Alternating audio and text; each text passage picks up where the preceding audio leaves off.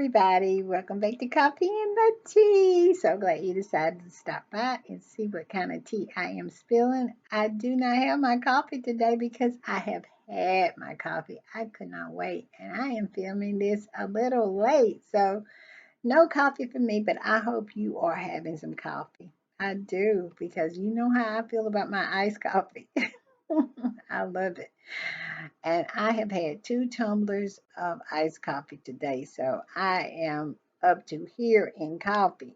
And also I'm up to here in tea too because I think I got some really good tea. But before we start, go in your settings and hit your subscribe button and also hit your notification bell so you'll know when I upload. And give me a thumbs up, to help with this algorithm. We are trying to build a channel here. Remember that, okay? All right, first up is Mr. Alex Baldwin. You know, Alex got in trouble. He was a producer and he also was starring in this movie called Russ. And I think it was his cinematographer, but one of the crew members was killed because the person who did the firearms, and when you're working within a movie, especially a western, and that's what Russ was, that you have guns that have blanks in them and guns who have live rounds in them. And so the person who is the firearm coordinator, they are the ones responsible for making sure that the actors know which is a live round and which one is a blank. Well, they said it was kind of laxed on this particular movie. And what happened was Alex Baldwin was playing with one of the guns that he thought had blanks in them, and it actually had live rounds. And he shot this crew member and she died. So this all took place in New Mexico. And so the New Mexico prosecutors brought charges against the firearm coordinator, which deserved it. And it was a woman, she went to jail.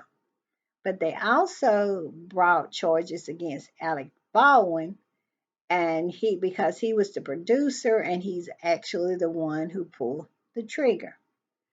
Well, I said this from the beginning. I really feel that no charges should have been made uh, for him because number one, it was a clear accident. This man would have never killed this woman if he thought that this gun had live rounds in it. And so it was the guilty party was the firearm coordinator. Now, Alex was, he shouldn't have been playing with the guns, but he was told that this gun had blanks in it. So he was playing around with it. Was he wrong for doing that? Yes. But do he needs to be prosecuted for that? No. I think they got the right person. Well, the judge, they went to trial. The judge saw that the prosecutor was doing some shady stuff, holding back evidence, doing a lot of, I think, unethical things. And so he dismissed the case. That was about maybe 2 months ago. Well, now they're saying that the prosecutor wants another shot at prosecuting this case. I don't think that they should be granted it. Number one, it has been proven that this prosecutor is not an ethical prosecutor, that they just want to nail Alex Baldwin or something. And I think they can't prosecute him on manslaughter charges. They're going to try to prosecute him on something else. But this is ridiculous. This is absolutely ridiculous. To me, this is overreaching, and this clearly was an accident. If he had his car, lost control of his car, he was driving his car and he lost control of his car, and it was proven that he lost control of his car and he killed somebody, would he be prosecuted for that? No, he would not. And that's the same with this gun. He did not know that it had live rounds in it. He had been told that there was no live rounds in it. It was he reckless kind of, but is it really reckless to shoot off a gun with blanks? I don't know. But I really just feel like this is an overreach. And it says, I found it in TMZ. It says Russ prosecutor wants another shot at Baldwin, asks judge to reconsider dismissal. I have never heard of such. That is the most ridiculous thing. It said Russ prosecutor Carrie T. Morrissey wants another shot to try Alex Baldwin and has asked the judge to reconsider the decision to dismiss the involuntary manslaughter charges against the actor.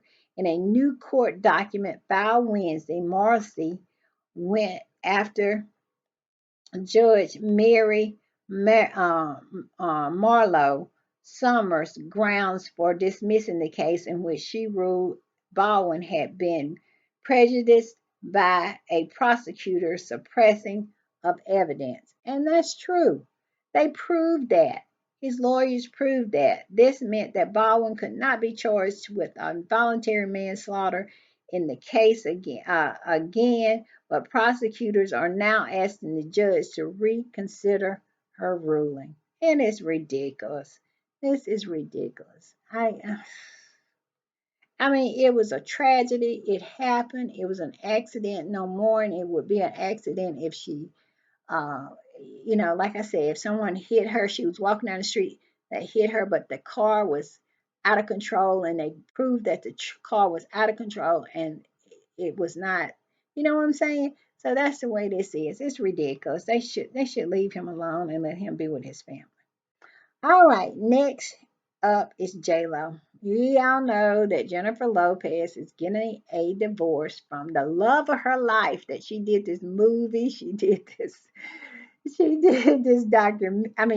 documentary, she did this tour, she did this album saying it's the greatest love affair, every love story that was ever told. And I think it was maybe 3, 4 months after that that they were getting a divorce. And he clearly wanted out of there.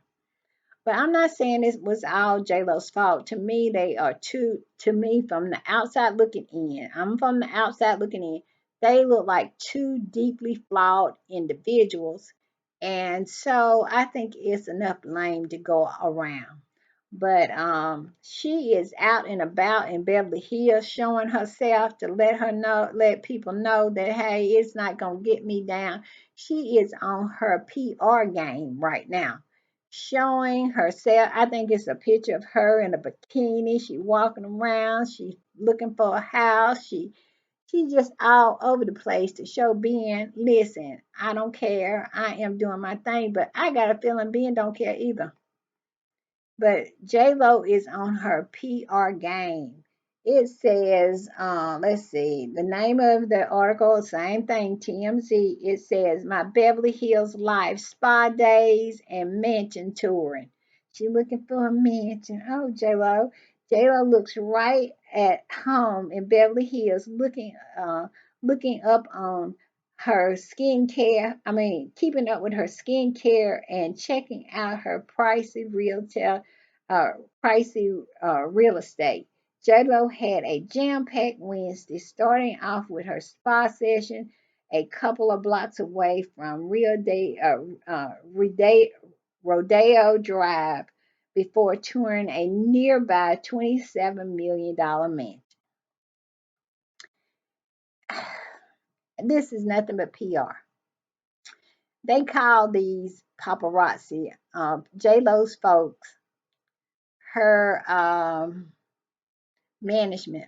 Call these people. This is a plant of a story to show that she is unbothered by this divorce because she's pretty much been humiliated by this divorce. Because if you put out a documentary talking about the greatest love that ever was, and all this stuff, and all of it flippity flippity flop, then you got a problem. And so now she is on her PR game to try to know, say all that didn't happen. I'm not a J Lo fan, but I'm not a Ben Affleck fan either, so I don't care. Don't care. Moving on. All right, next up is Sade. Sade. Sade is doing some new music. She is, I'm gonna post the picture of her. You know, Sade is well in her 60s and she looks fantastic. And she says Sade makes her musical return with a new single, Young Lion, in a tribute to her transgender son. Yeah, and there's a picture of him. And I say, I cannot wait because I am a Sade fan. I love Smooth Operator. So if it's as good as Smooth Operator, then I am on board. I'm so glad. All right, moving on.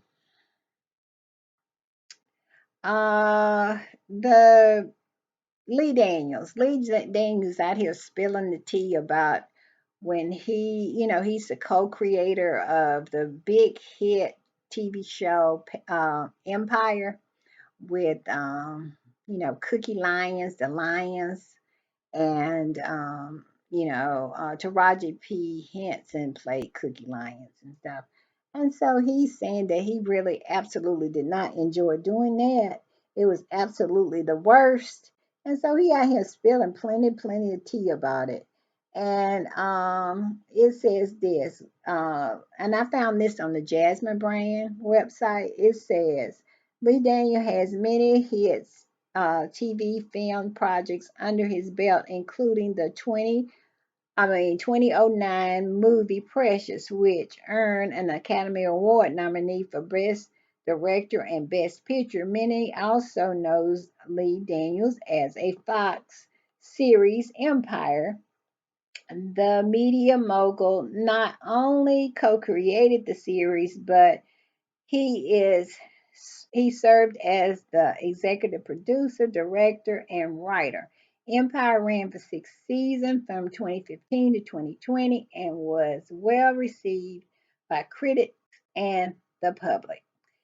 And they're saying that it's received awards like the Primetime Emmy Awards, Golden Globe Awards, and the NAACP Awards. And but he said he didn't enjoy doing it. He said all of the ish is independent, you know.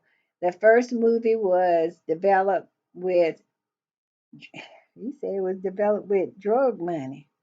Monster Ball, we won the first Black woman an Oscar. Every one of the films have been independently financed, where I was able to do my own thing and nobody is in my head. But he's saying the reason it wasn't an actress, it was, he's so used to doing stuff independently that it was actually working with studios and stuff like that. He continued to note that the experience of no longer being independent was horrible, absolutely the worst experience. Finding the bright side of the entire ordeal, Daniel added, um, as previously covered, followed the conclusion that Taraji P. Henson was sent to continue as Cookie Lyons in her own new series. However, the plug on the project was pulled before it came to fruition, explaining why. Taraji P. Henson said in a previous interview. They had announced that they were gonna do a cookie series. It was just gonna be about cookies, Cookie Lions, but they done pulled the plug on it. And they said the reason why they pulled the plug, it said all they wanted was another cookie show. And I said, I'll do it, but it has to be right. The people deserve that. So she's too beloved for y'all to F it up. So I guess she just didn't feel like that they was gonna do her character right. So evidently it was pulled. All right, moving on. Well, next we have, you know, wait a minute. Wait a minute. I got some more. I forgot. I forgot. I got some more. Let me go over here. I got an update. I got two updates. One update is on Amy Salton. You remember I told you about she's one half of the 1,000 Pound Sisters, and I watch them. You know, it's Amy and Tammy, and they both have lost weight, but Amy got arrested the other day, and I did that was in my last podcast, Coffee and the Tea podcast, and now she has went to court, but they really ain't telling us much about it. But they did show a picture of her arm. She was the one that was bit by a camel. You remember they were at this zoo with her children, and she said that she was bit by the camel. They called the police. I guess the owner called the police, and they went up to the vehicle and they found drugs. And she had her two children with her, and she got arrested. But she did get bit by something because I'm gonna put the picture of her arm up here. Yeah, it looked like she got bit by something. But it says despite Amy's recent appearance in court and legal woes, she was arrested Monday for allegedly possession of drugs and child endangerment. Her lawyer noted that there was no updates to share on the highly publicized case, including an update regarding the custody of her two sons, Glenn and Gage. And it said, let's see, they said what the drugs was. Uh, it was I was gonna read it, but uh, I saw it and it said that it was psychedelics and it was marijuana. Yeah, Amy up there doing psychedelics. Come on now, Amy, you can do better than that. I bet Tammy is just absolutely I mean, Tammy is absolutely riding her good because Tammy, they ride each other, and that's the dynamics between them are so funny, and they really love each other. So, I hope they filming that because I want to see. You know, I'm messy, and I like to see stuff like that. All right, our last update is about Jenny Mai and Jeezy. I reported on the fact that they got a divorce, and it's been a good while ago. Well, Jenny is saying that Jeezy is not doing what their divorce settlement said he was supposed to do. He ain't paying the baby's school bill.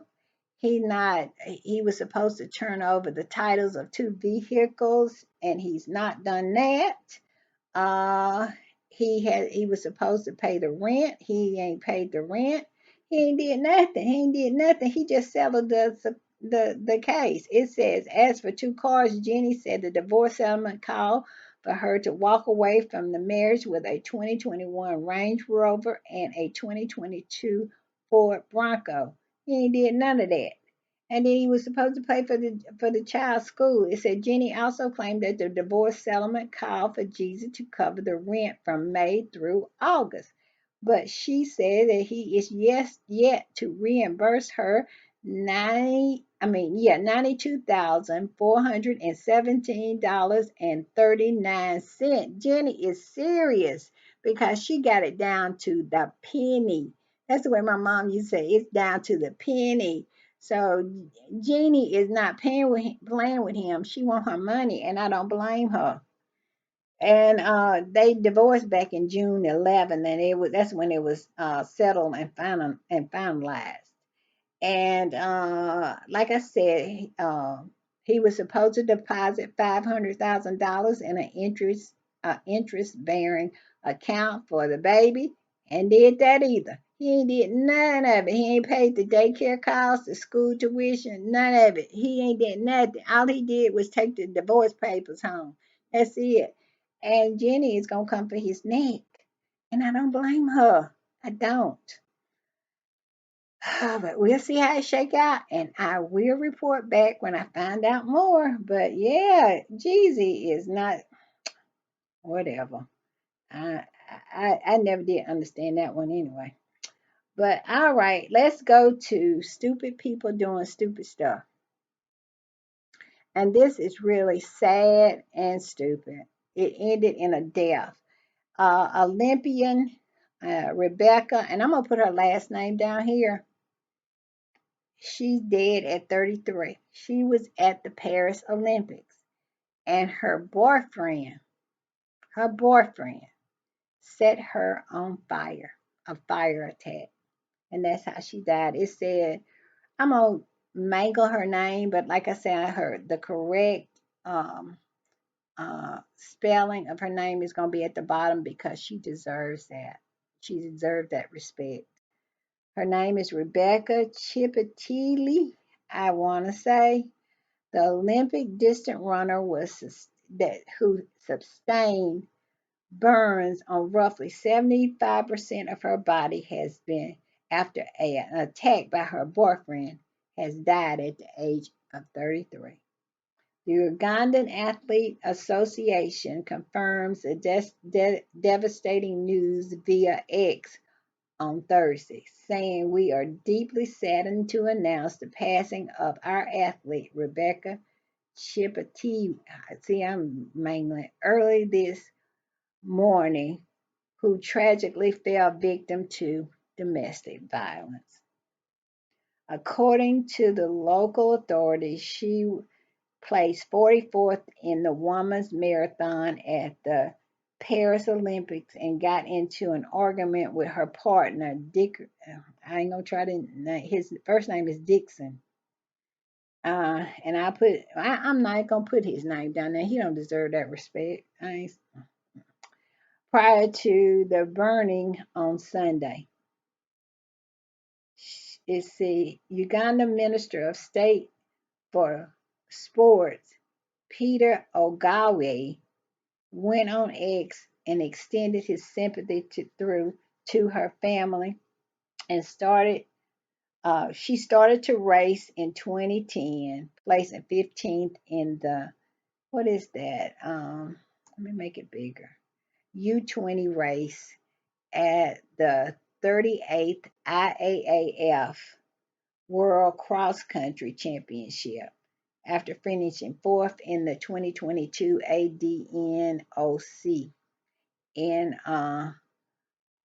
somewhere. Well, all it's so sad. I just can't even really. It's just so sad. They said she was coming. Her and her two children. She has two children,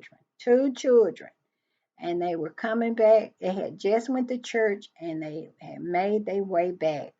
And he attacked her. He threw gas on her. Well, petrol, they say over there, and set her ablaze. And it was so bad, he got burned himself. He is in the hospital right now because he got burned too. And she died. What is that about? All right, y'all. That's it. Tell me I don't bring the stupid. That's all, because that was so stupid. Move on. Move on. Why are you doing that to this lady? You know, but I think a lot of jealousy was involved in it because she, being an athlete and stuff, she was probably making good money and stuff. And I don't know what the culture is over there in Kenya, but I don't know. Let's say it. All right, y'all. Bye.